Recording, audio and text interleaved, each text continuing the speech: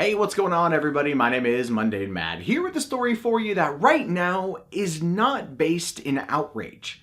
But outrage culture could in fact envelop this story and go crazy over it, which makes me wonder if that is precisely why it's being reported the way that it is. So over there in Illinois, just a little north of Chicago at Northwestern University, which, as a quick side note, why is it a university that's called Northwestern University, not in the Northwest? I've always found that to just be a little bit on the weird side, but that's just me.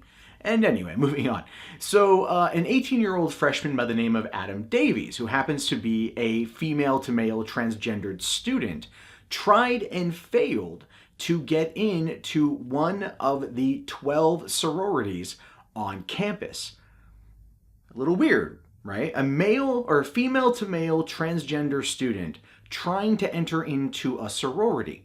Now, as I pointed out at the beginning of this, it feels like there is that catch, right? That social justice warriors and the progressive left are going to latch on to attacking Greek culture on college campuses in order to get them, nay, force them to let Adam come into this particular Greek fraternity or sorority or whatever, right? But that's not the case right now. Right now, the news is just reporting that this happened. Now, Adam went, like I said, to all 12 of the sororities on campus, applied to get in, and they told them, we'd like to have you, but we essentially can't. And this has probably a lot to do with the bylaws of the sororities and the fraternity. Now, again, if you're thinking, wait a minute, are social justice warriors going to rally against these as a way to get them to change their bylaws, maybe through a federal order or something along those lines, or getting the school itself to attack the fraternity or sorority to get them to change their mind?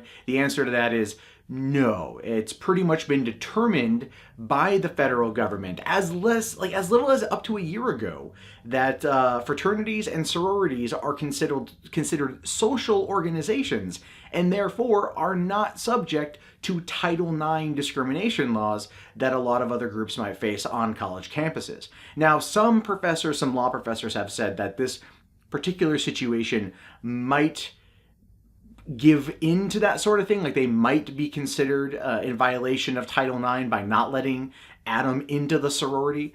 But Adam, it doesn't really seem too mad in his own right. He's more or less like, the people seem cool, just the rules are kind of not letting me in.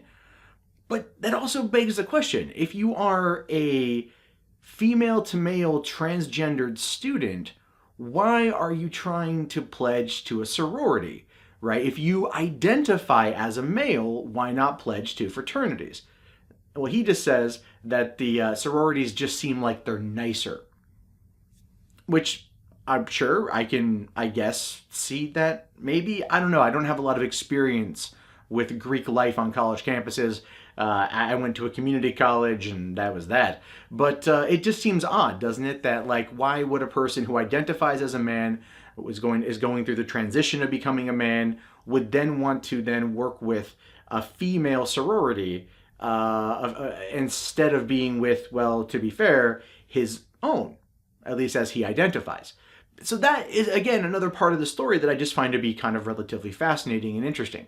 Whatever happens next, though, is very much going to be indicative of what it's like on college campuses, because we know how crazy college students are. Right? Yesterday, I did a video about a girl at Bowling Green State University in Ohio who was walking by a classroom, saw a sheet on a piece of lab equipment, and immediately assumed that it was an active KKK group on campus. And instead of doing any investigative work, just basically caused a stir on social media because she was afraid. Right? That's the mentality of college students. So we're going to have to wait to see what happens here. I literally don't know. But I do find this particular subject matter to be fascinating because it is kind of a unique situation. You have a transgender student who wants to enter into Greek life. Where do they fit?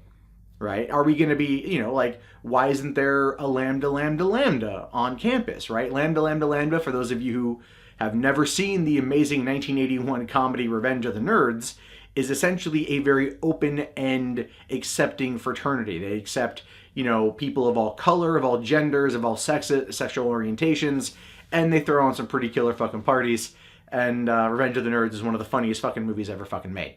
All right. So that might be kind of what Adam should be looking into. Or maybe people who are looking to expand Greek life a little bit, would be willing to open up a fraternity sorority, like a fratority of some kind that would allow everyone who doesn't fall in, I guess, maybe into that particular level of gender binary to partake in the particular social organizations that makes up fraternities and sororities.